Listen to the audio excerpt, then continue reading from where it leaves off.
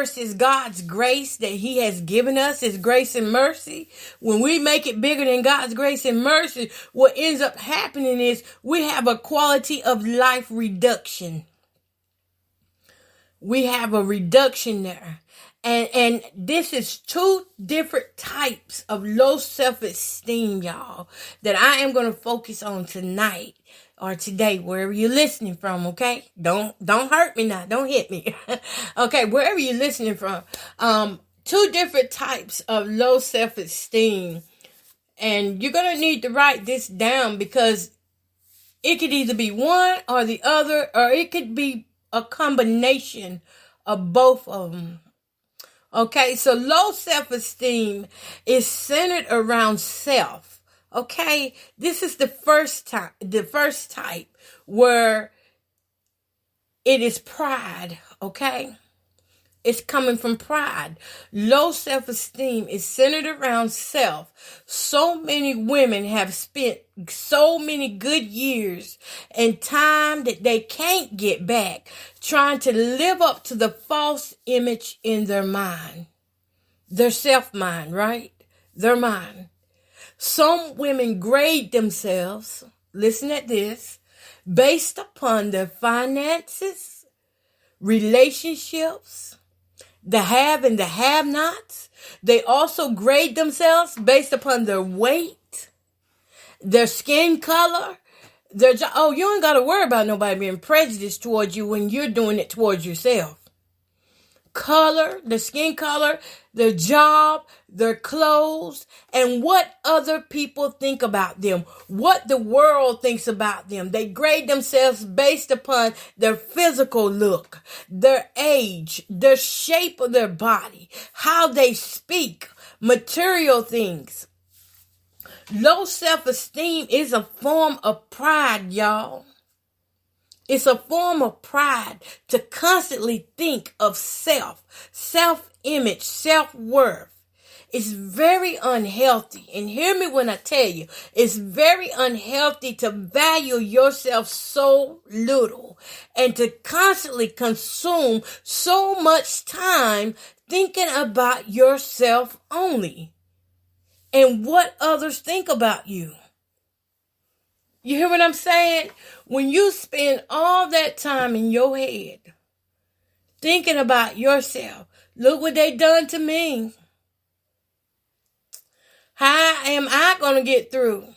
You know, it's a constantly me replay. When you're laying down in that bed with low self-esteem, you're thinking about everything that everybody has done to little old you. And it becomes prideful at a point. You're thinking about everything that you don't have because you're doing the blame game now. Some of the stuff now you have every bit of right to be upset about. But staying in your own head, consuming your own thoughts. Remember what I said at the beginning. What you feed yourself is what you will become. So if you're constantly moping around in depression and you're got all these thoughts going on that's saying me. I'm the one that didn't get to do this when I was younger. I'm the one that didn't get picked on the job. I'm the one that should have won. I should have won that prize, or I should have got that promotion. I should have been leader of the choir. I should have been the choir director. I should be a first lady by now. You see what I'm saying? All those self-centered and conceited thoughts cause low self-esteem. It causes low self-esteem because you become prideful in that way. We have women who are stressing about things that they can't control. But when they worry about the me factor, that's when it starts turning into the low self-esteem. And it's oftentimes overlooked in the church. It's overlooked at home because we see this woman trying to live up to her expectations in her own head. You're in your head, sis. You got to get out your head so that you can breathe. You got to get out your head so that you can have that quality of life that God has given to us. You can't have it if you are smothering yourself out. Let me give y'all a little example around here. I'm going to use fire. I live in a great big field, right? Acres and acres of land over here. And I remember when my studio burned down. The fire was surrounding my studio, and it was surrounding my little mobile home. I live in a mobile home. It was surrounding. But when the fire department came, you would have, because the field is so big, y'all. I'm talking like 10, 12 acres. You would have thought that they were just going to spray water on it, but they did not. What they did was they started a fire at the other end of where the fire has started. They didn't go to where the fire was at. They went and started it at the other end. And when those flames met, guess what? They put each other out. The fire went out. It didn't have nothing else to burn to. And that's how you are. Some of you are. You're burning yourself out on your own thoughts, your own negativity. When your negativity meets your mother's negativity, the expectations of this world's negativity that you have planned in your head, you burn yourself out. You smother yourself. And you walk around with low self-esteem because of this pride that you are holding inside of you and will not let go of your own thoughts. You are comfortable in that position, but yet your life is so miserable. My goodness, have you ever been comfortable in a position, but yet it was so miserable because maybe the ride was too long? The position was comfortable for a while, but after a while of riding that same ride, you get tired of being in that position. And that's how some of you got to get in order to get yourself up out of this low self-esteem. You got to get tired of being in that same position. And when you are tired, you're going to make a step, a faith move with God. You're going to step toward God, and He's going to help you get delivered from these prideful ways. Because a man in all his pride, oh my God, pride before destruction. Come on. All right. So we have women with low self-esteem, who have ongoing stresses in their life, such as relationships, breakdowns, and financial troubles. Now, this is the part here that is kind of tricky, and it kind of combines in there with the pride, and then sometimes it doesn't. It just depends on what type of trauma or abuse it was. Okay? So now we have the environment and systematic issues. Systematic means it's a system. It's not only you going through the low self-esteem, but guess what? Your mama had it too. And guess what? Your grandma had it too. Oh, excuse me, y'all. And you know what else? Your great grandma had it. So it's a system now. You've created a family system of daughters with low self-esteem. And it's coming from the environmental factors in the home. It's coming from the system of not having enough. The system of always feeling like you're not going to be enough because your environment is not like Susie's environment. Okay? Things at one time they couldn't avoid. There are things that you cannot avoid, such as childhood traumas. Some of you couldn't avoid that. But you never got healed from it either. And it really didn't bother you either that you knew of until you found yourself getting constantly in the same relationships with different men. It just seemed like you was in the same relationship. It seemed like you draw the same kind of friends, the same kind of business partners. Somebody always using you. Somebody always abusing you. Somebody always taking from you. You receive poor treatment.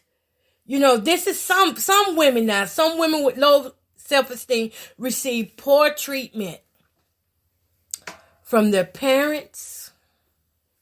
I done said a lot already, haven't I? Okay? But y'all, please continue to write, okay? Some women with low self-esteem receive poor treatment from their parents, from the siblings to their partner to their career.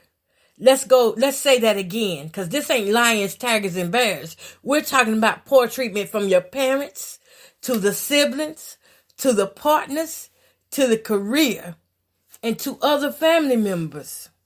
How many attracted the same kind of attention that they grew up with? And what I mean by that is just what I was saying a while ago. Let me give you an example of that. When I was dating and I got in these relationships, guess what? I attracted the same kind of men that was in my environment. Yes, the same kind, fussing. Did not like women really, I attracted those kind of men and they made my life miserable.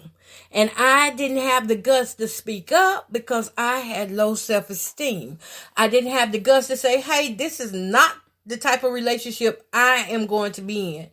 I am a good woman and I know there's a good man out there for me. But no, I settled for less because I had low self-esteem because of the family system.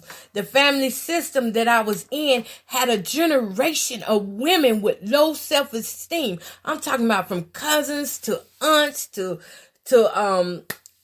sisters to any females that was in our family. The one thing I noticed is that they all had low self-esteem, to the mothers, to the grandmothers, and that rubbed off. It became the family system for me as well. So I grew up with that low self-esteem. So when it came time for me to get in this real world by myself and to make my own decisions, grown-up decisions, I couldn't do it. I was smart. I knew how to make money. I knew how to pay bills. But I didn't have no self-esteem about myself. I didn't admire who God made me to be. I didn't admire my accomplishments, being a young woman out here working 16 hours a day, brought my home at 17 years old. It would take me to be about 38 years old when I finally acknowledged my accomplishments. I was 38 years old. And that's pretty old. Listen, ladies, I don't want you to go another year, another month without acknowledging the abilities that God has given you. See, He gave me that ability, but because of how the system was, the family system, the environment, I didn't know that I could feel good about the things that I accomplished because I wasn't raised that way to feel good about the things that I accomplished.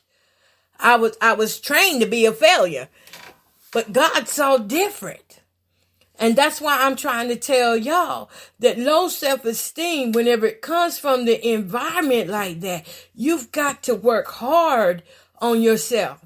You can't let up, because if you let up, your thoughts will overtake you and you will miss the life that God truly has for you. So I ask again, how many women grew up thinking they was not good enough?